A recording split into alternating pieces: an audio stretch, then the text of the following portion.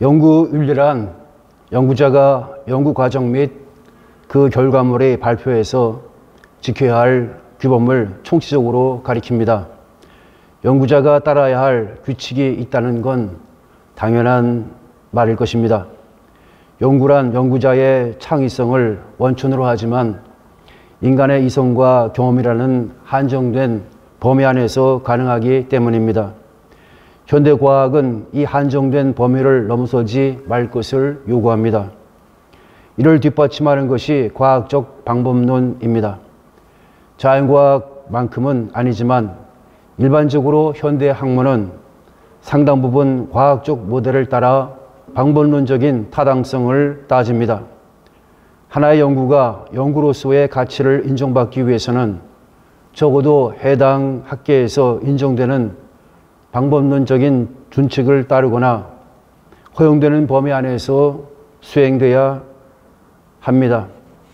그러나 이상의 방법론적 문제는 윤리적 문제라기보다 학술적 오류의 문제로 취급됩니다. 연구에서 윤리적 문제는 순수한 논리나 사실의 문제가 아니라 사회적 관계의 문제로서 일어납니다.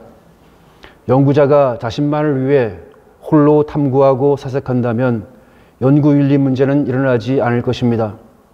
어떤 방식으로 연구하고 어떻게 연구물을 정리하든 자신에게만 편리하고 유용한 결과를 줄 수 있다면 족할 것입니다.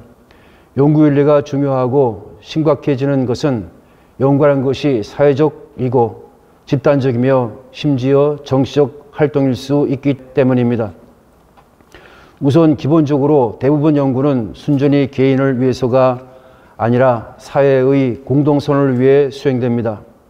신학처럼 특수한 종교 집단을 위한 학문도 교회라는 공동체를 위해 필요하며 보편적 가치를 인정받기 위해서는 궁극적으로 교회를 넘어 인류 사회의 공동선을 도모해야 합니다.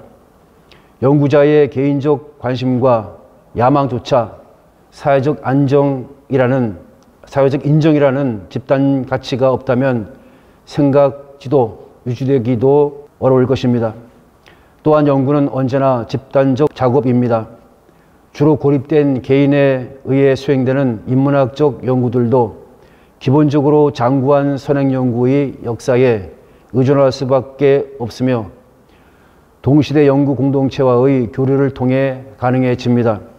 그래서 학술활동은 대학이나 학회가 없이는 생각하기 어려운 것입니다. 학술연구가 사회적이고 집단적인 활동이기 때문에 일종의 사회 규범으로서 연구윤리 문제가 일어나는 것입니다. 그렇다면 사회 규범으로서 연구윤리는 크게 두 가지 측면에서 생각할 수 있을 것입니다. 첫째로 다른 연구사회 구성원들에 대한 기여라는 적극적 측면을 생각할 수 있습니다. 둘째로 다른 연구사회 구성원들에게 피해를 주지 않는다는 소극적 측면을 생각할 수 있습니다. 첫째 측면은 우선 연구자가 궁극적으로 추구하는 가치의 문제입니다. 기독교 신학자 같으면 하느님의 영광과 교회의 세움 같은 가치에 대한 각성과 충실도의 문제일 것입니다. 이 부분은 자발적인 것으로 강제할 수 있는 면은 아닙니다. 그러나 연구윤리의 적극적 기여라는 측면이 꼭 그렇게 거창한 면만 있는 것은 아닙니다. 연구자가 속한 연구 공동체 혹은 학계에 자신의 연구 결과물을 발표할 때 다른 구성원들과 소통을 최대한 증대시키는 방향으로 결과물을 정리하고 표현하는 것도 적극적 연구윤리에 속합니다. 다시 말해 연구 논문을 다른 구성원들이 이해하기 용이한 방식으로 써야 한다는 것입니다. 뒤집어 말해 다른 구성원들이 이해하기 어려운 형식으로 논문을 쓰는 것은 윤리적 문제가 있다고 볼 수 있습니다. 일반적으로 논문 작성엔 국제적으로 통용되는 형식이 있습니다. 그러나 학회와 학술지마다 고유한 방식으로 논문의 형식을 규정하기도 합니다. 이는 특정 학회 공동체가 형성해온 전통에 따른 학회의 소통 언어라고 할 수 있습니다. 이를 존중하고 이에 따르는 것은 해당 학술 공동체와 그 구성원에 대한 예의입니다. 학술지의 논문 형식은 학회의 투구 규정에 정하고 있습니다. 본학회도 마찬가지입니다. 연구자들이 간혹 논문의 내용에만 관심을 두느라 논문 형식의 중요성을 간과하는 경우가 있습니다. 그러나 아무리 좋은 내용도 옳은 형식으로 표현되지 않으면 소통이 어렵게 됩니다. 학술지의 투구 규정과 논문 형식 규정을 따르는 것이 별거 아닌 것 같아도 바로 연구 윤리의 기본이라는 점을 잊지 말아야 합니다. 거듭 말하거니와 논문의 형식은 논문의 언어로서 학술 공동체 내의 협동과 교류를 가능케 하는 도구이기 때문입니다. 그러나 실제로 대부분 연구 윤리의 문제가 되는 것은 두 번째의 소극적 측면의 문제입니다. 즉 연구자의 연구 행위가 연구 사회의 다른 구성원들에게 피해를 주지 않아야 한다는 문제입니다. 동료 연구자들에게 피해를 입힌다는 것은 연구 공동체의 협력과 교류를 파괴하는 행위로서 사회적 활동일 수밖에 없는 연구 행위에 위해를 끼치는 일입니다. 결국은 연구 공동체에 속한 연구자 자신에게 해가 되는 일입니다. 현재 한국연구재단의 기준으로 연구사회의 협력과 교류를 손상시키는 일로 중요한 5가지를 꼽을 수 있습니다. 이는 대표적 연구 부정행위들입니다. 곧 위조, 변조, 표절, 부당저자 표시, 부당중복 게재가 그것입니다. 위조란 자료를 허위로 만드는 것, 곧 허위사실에 근거하는 것을 말합니다.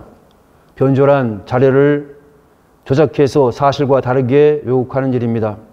표절은 타인의 독창적 아이디어를 정당한 인정 없이 사용하는 일입니다. 부당저자 표시는 기여도가 없는 저자를 표시하거나 기여도가 있는 저자를 배제하는 일입니다. 부당중복게재는 적절한 출처 표시 없이 기존 출판물을 별도의 연구물인 양 게재하는 일입니다. 연구윤리는 연구자의 자유로운 정신을 억압하는 율법을 위한 율법이 아니라 학술 공동체의 창조적 생산을 위한 바탕을 만드는 최소한의 규칙이라고 생각해야 할 것입니다. 현대의 지배적 구성주의적 관점에서 볼 때 있는 그대로의 절대적 사실이란 것은 당연시하기 어려운 사실입니다. 어떤 의미에서 모든 사실은 허위이고 조작된 변조일 수 있습니다. 또한 엄밀한 의미에서 순수하게 나만의 것을 말한다는 것도 매우 어려운 일입니다. 분석하고 해석하는 나 역시 이미 사회적 사물로 누군가의 영향과 도움으로 형성되었기 때문입니다.